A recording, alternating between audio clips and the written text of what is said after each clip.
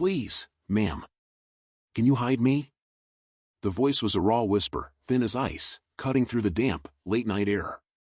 It was 11:47 p.m. in the quiet, tree-lined suburb of Maplewood. Most houses were dark, bathed in the sepia glow of porch lights and the faint hum of late-night television.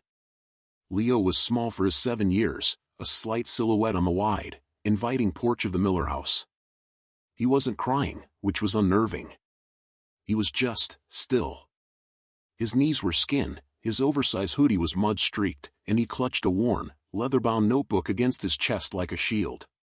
He hadn't just appeared, he'd systematically knocked on 5 doors before this one. 5 doors where he was met with a polite, nervous no, a quick shut of the deadbolt, or simply no answer at all. He wasn't selling cookies or asking for directions.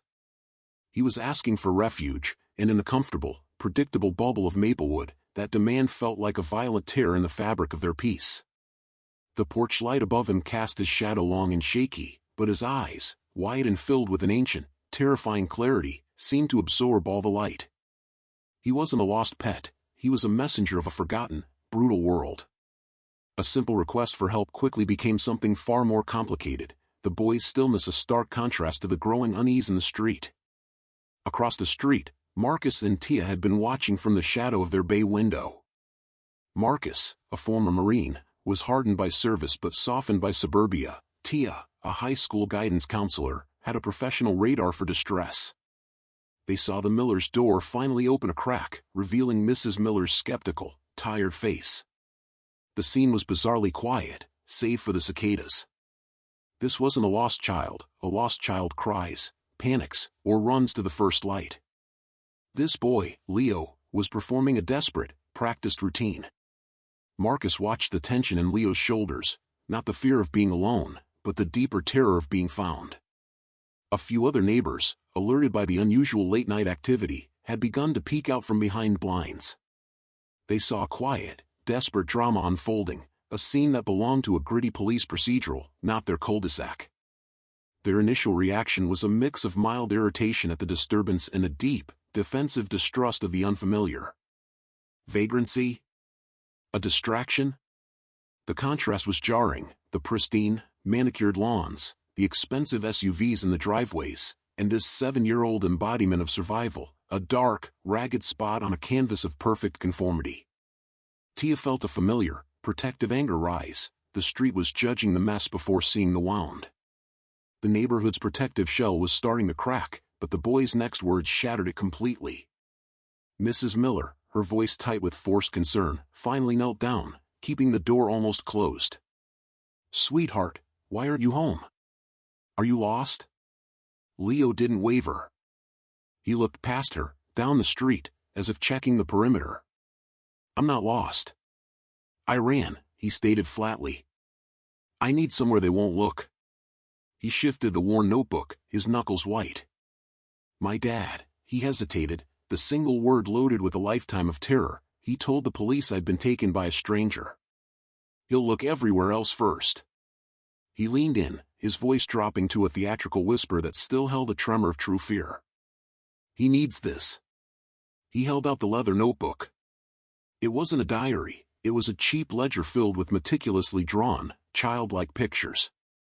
But not of flowers or houses. They were detailed sketches of a large, distinctive steel lockbox, a crude map of a basement floor plan, and, on the final page, a shaky line of numbers. "My mom told me if he ever did what he said he was going to do, I had to take this and find someone brave. Someone who wouldn't call the police right away. They're on his payroll," he finished, his small chest heaving. The sheer complexity and weight of his statement, the accusation, the planning, the cold, hard logic, didn't belong to a 7-year-old. It felt like a coded message left by a desperate adult. Mrs. Miller's initial skepticism evaporated, replaced by a cold knot of fear and moral paralysis. The little boy wasn't just a runaway, he was a witness to something terrifying. The map and the numbers were a fuse, and the sound of an approaching car was the match. A low, deep rumble sliced through the silent street. It was a black, nondescript SUV, driving too slowly, its headlights sweeping across the houses with predatory precision. Leo's head snapped up. His face, which had been a mask of studied composure, instantly crumpled into raw, animal panic. "That's them," he gasped, trying to wedge his small body into the narrow space between the doorframe and the wall. "Not my dad. His business associates. They know the house is empty now." Marcus, seeing the genuine, gut-wrenching terror, made a split-second decision. He sprinted across the street, not a neighbor, but a soldier moving to secure a flank. He reached the Miller's porch just as the SUV paused. Two large, dark figures were visible through the tinted windows, their faces unreadable, their stillness far more menacing than any quick movement. They were clearly casing the houses, checking porches, looking for the telltale sign of a hurried, desperate entry. Marcus didn't bother knocking. He grabbed Leo, shielding the boy with his body, and barked at Mrs. Miller. "Get him inside. Lock every door. Get to the basement." The immediate, tangible threat had stripped away the suburban veneer of caution and politeness. The confrontation was no longer abstract, it was sitting 50 feet away in an idling black vehicle. The Millers and Marcus's primary choice, call the police and trust the system, or become co-conspirators in a child's escape, was violently simplified: act now, or the boy is gone. The quiet street became a battlefield of wills, and the boy, cornered, made his stand. The SUV moved again, inching forward, its massive frame pulling up directly in front of the Miller's driveway. One of the figures, a man in a black jacket with a neck like a tree trunk, stepped out, a cell phone glued to his ear. He didn't rush. He simply started walking up the pavement, his pace slow, deliberate, a terrifying confidence in his gait.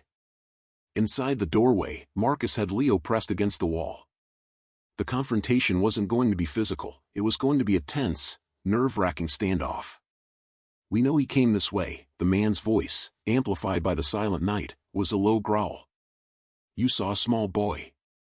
If you help us, no harm comes to your family."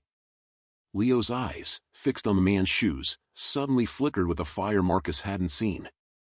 He slipped out of Marcus's grasp, darted to the doorway, and before Marcus could grab him, he yelled out into the night, his small voice echoing. "He killed my mother. He put her in a safe." The air froze. The man on the pavement stopped dead, the cell phone dropping from his ear and clattering on the asphalt. Leo's words, brutal, direct, and impossible to retract, were the proof that flipped the entire situation. They weren't hunting a runaway, they were hunting a witness who had just irrevocably testified. The man, realizing the street had heard too much, made a move to rush the porch. But the damage was done. Marcus stepped out, his posture instantly shifting from neighbor to Marine, his large frame blocking the doorway. "Get back in your car," he said, his voice flat and authoritative. The moment of hesitation, of the associate weighing the consequences of a public attack in a middle-class suburb against the boss's fury, was enough. The other man in the SUV honked once, sharply. With a final, venomous glare at the porch, the man turned, scooped up his phone, and slid back into the vehicle. The black SUV roared to life and sped away, not in a desperate flight, but in a tactical retreat. The quiet of the night rushed back in, now heavy and contaminated. Leo, leaning back against the door, was shaking, the ledger clutched tight. His act of courage, his brutal, unforgiving truth, had saved him, but it also painted a target on his back.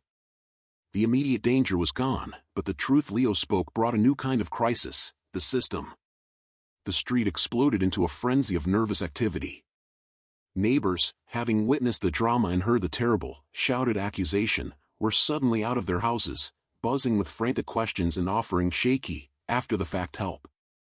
Marcus and Mrs. Miller ushered Leo inside, locking and deadbolting the house like a fortress. The police were called, but with careful, measured words. Marcus, trusting Leo's claim about corruption, stressed the suspicious vehicle and the boy's disorientation, minimizing the details of the criminal network for now. They turned their attention to the ledger. Leo's crude drawings, the safe, the map, the cryptic numbers, were indisputable clues. The police eventually arrived, professional but slow to grasp the gravity. They took a report, but their bureaucratic response was chilling. Leo was a minor, separated from his custodial parent, the alleged killer, still a free man, and the proper protocol required him to be taken into temporary custody by Child Protective Services, CPS. Leo's eyes widened again, this time with a silent terror that Marcus recognized. The system was putting him back in the line of fire. He was safe from the immediate threat, but he was now caught in a new net, a predictable, slow-moving bureaucratic net that might deliver him right back to his father. The victory was momentary, the war for Leo's future had just begun. Faced with the threat of Leo being swallowed by the system, the neighbors did the unthinkable, they became a family. Marcus and Tia took the lead, refusing to let the CPS worker take Leo that night, citing the trauma and the need for a safe, familiar environment, a technicality Marcus knew how to exploit. Leo moved into their house, a 7-year-old soldier suddenly deposited into a land of clean sheets and structured safety. The initial days were a series of small, emotional landmines. Leo would sleep on the floor, under the bed, or in the hallway, conditioned to seek a secure, small space. He flinched at loud noises and refused to eat anything but canned food, wary of anything fresh or prepared. Tia, the guidance counselor, was patient but firm. She didn't press for details, she just created space. She bought him plain, soft gray t-shirts to replace his mud-crusted hoodie and introduced him to a new ritual, reading books on the sofa, a warm blanket tucked around him, his fears slowly thawing under the gentle weight of simple normalcy. The neighbors, initially suspicious, began to coalesce. Mrs. Miller, overcome by guilt for almost turning him away, brought over a massive, ugly, but much-loved stuffed bear. The grumpy retired mailman 2 doors down, who had seen the black SUV and recognized the man, started sitting on his porch with binoculars, acting as a quiet, unpaid security guard. The street formed a silent, protective ring. They coordinated carpools, school drop-offs, and groceries, all while keeping Leo's presence officially quiet. They weren't just protecting a child, they were collectively embracing a new identity, one that prioritized messy, real-world humanity over sterile, suburban comfort. The transformation was profound. Marcus was rediscovering a sense of protective mission outside of war, and Tia was learning that true counseling happens not in an office, but in the quiet, shared anxiety of a darkened kitchen.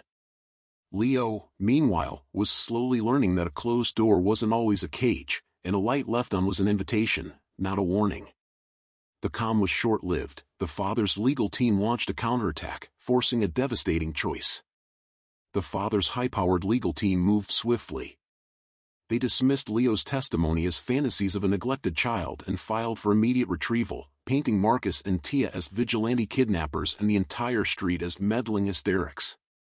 The case landed in juvenile court for an emergency hearing to determine temporary placement. The courtroom was a brutal stage. Leo's father, clean-cut and slick, presented a perfect image of a grieving, desperate parent. Marcus and Tia, sincere but visibly exhausted, looked like 2 amateurs fighting a corporate giant. The prosecutor was sympathetic but bound by protocol, focusing on the lack of a blood tie and the unconventional vigilante nature of the neighbor's intervention. Mr. Peterson and Ms. Lewis, the judge stated sternly, "You are good Samaritans, but your actions defy every mandate of child welfare. The system is designed to protect children, not to allow them to be sheltered by strangers who refuse to involve the proper authorities." Marcus, fighting the impulse to explode, focused on the facts, the ledger, the map, the father's criminal associates. The father's lawyer scoffed, "A child's drawing? Hearsay. We have no body, no evidence of a crime, only the wild claims of a confused boy." The moment of decision arrived when the judge, weary of the legal maneuvering, turned to Leo, who was sitting quietly, smaller than he seemed outside on that dark porch. "Leo," the judge asked gently, "where do you want to be?" Leo pushed himself to stand, clutching a drawing he'd made, a circle of houses connected by faint, penciled lines.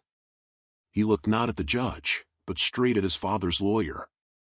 "I told the truth," he said, his voice small but firm, carrying the full weight of a 7-year-old's integrity. "The people here," he gestured towards Marcus and Tia, "they're the only ones who listen to the truth." He looked at Marcus. "He taught me how to sleep in the bed." He looked at Tia. "She told me I was safe." He looked back at the judge. "The house is here," he held up the drawing, "they're all open now. They weren't before." His testimony wasn't a legal argument, It was a devastating indictment of a system that valued law over the moral imperative to protect. The boy's courage and the neighbors' unified stand forced the system to see the truth, ensuring a new kind of family was forged. Leo's testimony, combined with Marcus's and Tia's careful collection of corroborating physical evidence, the original ledger, the security camera footage from the Miller's house showing the threatening SUV, and the unexpected collective character references from every single neighbor on the street, was the turning point. The judge, visibly moved and finally seeing past the legal technicalities to the raw, emotional truth, issued a temporary, emergency injunction. The father's claims were denied, and Marcus and Tia were granted temporary, supervised guardianship, with a stipulation for ongoing CPS oversight. The legal battle to retrieve the body and fully prosecute the father continued, leading eventually to a successful, quiet investigation spurred by the evidence from the ledger, but for the purposes of Leo's safety, the decision was final and clear. It wasn't a neat, immediate adoption. It was a commitment. Marcus and Tia walked out of the courthouse, one holding Leo's hand, the other holding his drawing of the interconnected houses. The neighbors were waiting outside, a low, supportive cheer rising from the small crowd. They had won the custody battle, not because they were lawyers or perfect parents, but because they had collectively chosen to see the darkness and fight it with light. Leo was home. He wasn't in a temporary placement, he was permanently nested within an unconventional, vigilant family, a family unit that extended past the walls of a single house and encompassed an entire street. Years passed, and the act of opening a single door rippled through the community, turning an isolated suburb into a fortress of support. 5 years later, Maplewood looked the same, neat lawns, quiet streets, but its heart had changed. Leo, now 12, was tall, gangly, and perpetually curious. He still carried a hint of that watchful stillness, but now it was the quiet focus of a good student, not a terrified refugee. He played center field for the community baseball team, and his foster parents, Marcus and Tia, were always in the stands, surrounded by the rest of the family, the Millers, the mailman, and all the neighbors. The ordeal had been a crucible for the community. The little boy who went door to door asking for shelter didn't just find a home, he woke up an entire street. The informal network they created to protect Leo was formalized into the Maplewood Open Door Project, a neighborhood-run network that provided immediate, anonymous shelter and support to local families, especially children, in crisis, acting as a confidential buffer before involving official channels. They understood the nuances of danger and the paralysis of fear better than anyone. They had learned that the worst crimes don't always happen in back alleys, sometimes they are meticulously hidden behind the perfect facades of suburban homes. Leo's terrifying journey had revealed a deep, collective desire for moral integrity that had been dormant beneath layers of comfortable indifference. He taught them that true safety is not the absence of trouble, but the commitment to face it together. One small, frightened knock in the dark had turned a collection of isolated houses into a true village, a fortress built on fierce, unconventional love. The final image, a clear, sunny afternoon. Leo is walking home from school, laughing with a friend. He pauses to wave at Mrs. Miller on her porch and gives a respectful nod to the former mailman. He doesn't race to his own door, he walks with the quiet confidence of a boy who knows that every single door on this street is, genuinely, open to him. The lesson was simple, yet profound, now etched into the community's DNA. The easiest way to stand for nothing is to close your door to everything.